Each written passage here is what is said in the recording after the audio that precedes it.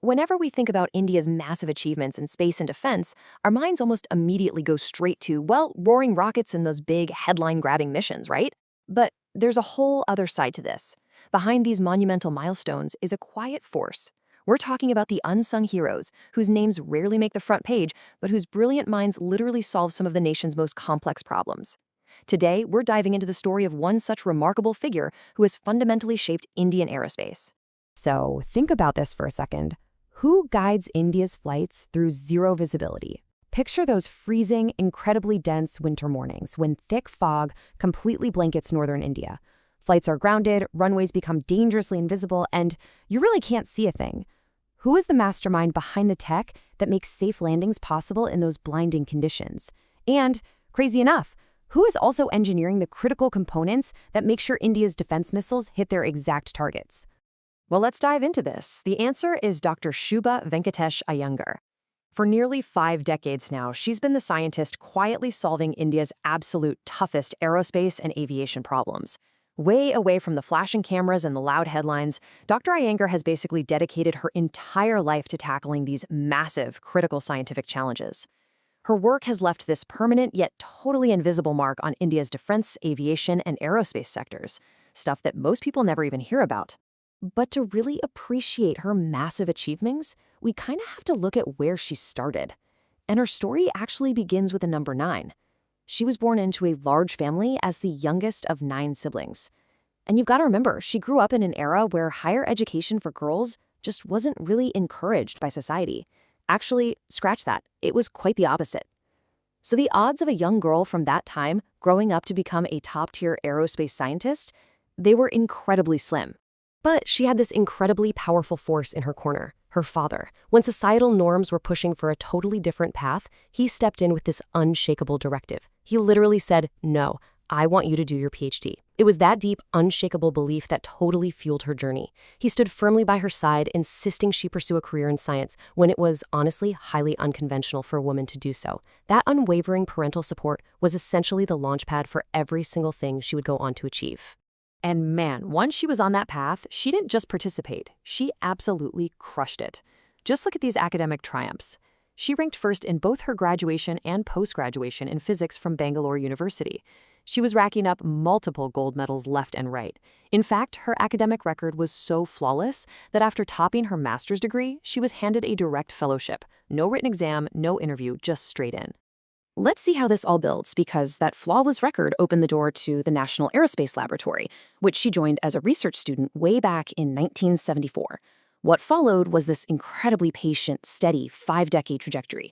We're talking winning the Young Scientist Award from CSIR in 1989. Then, fast forward to 2011, she achieved a massive technological breakthrough by creating the Drishti system. And finally, all of this quiet, relentless dedication led to her being awarded the Padma Shri in 2026.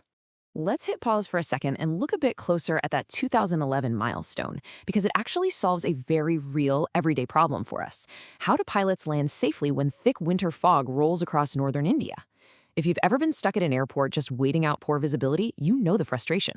But for a pilot, it's not just annoying, it is incredibly dangerous. They often literally cannot see the runway clearly enough to bring a giant commercial airliner down safely. So as a team leader, Dr. Iyengar basically set out to eradicate this terrifying issue of blind runway landings. And the result? The Drishti system. It is India's very first indigenous, cost-effective system for accurately measuring runway visibility and weather conditions. She essentially built these homegrown eyes that allow pilots to see and land safely, even when human vision completely fails them. It's brilliant. And this brilliantly illustrates just how much of a game changer it was. The difference before and after Drishti is night and day. Before, winter meant grounded flights, super dangerous landing conditions, and relying heavily on these incredibly expensive foreign imports just to manage the problem. After Drishti, safe, reliable flight guidance. This system is so effective, it's now mandatory at all international airports in India, and the Indian Air Force uses it constantly. Plus, building it at home, that saved the country a massive amount of foreign exchange. But her genius definitely wasn't confined just to civil aviation.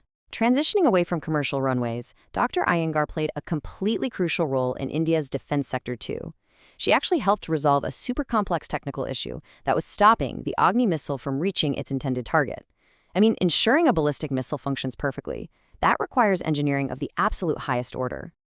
To really grasp the scale of the engineering we're talking about here, just consider this number, 3,000. She developed indigenous components for these defense programs that were capable of withstanding extreme temperatures close to 3,000 Kelvin.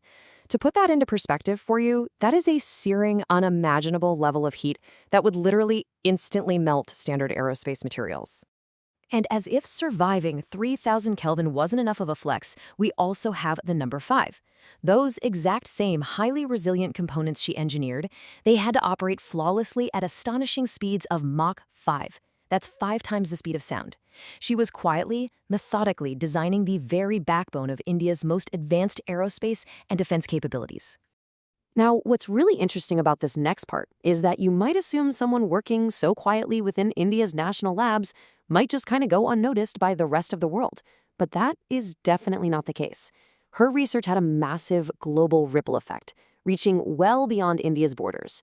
In fact, papers she authored were so groundbreaking, they were officially published as reports by NASA. So yeah, she absolutely earned some serious recognition on the international stage. Yet despite all of that, the international fame, the NASA publications, and getting the Padma Shri, her core motivation stayed incredibly grounded. She once said, "I have the satisfaction that I have given something back to the country which has given me food, shelter, and whatnot." Her driving force was never about personal glory or getting famous. It was always this deep, unwavering sense of patriotism and just a pure desire to serve her nation. And honestly, perhaps her most vital legacy is her incredibly empowering message to the next generation.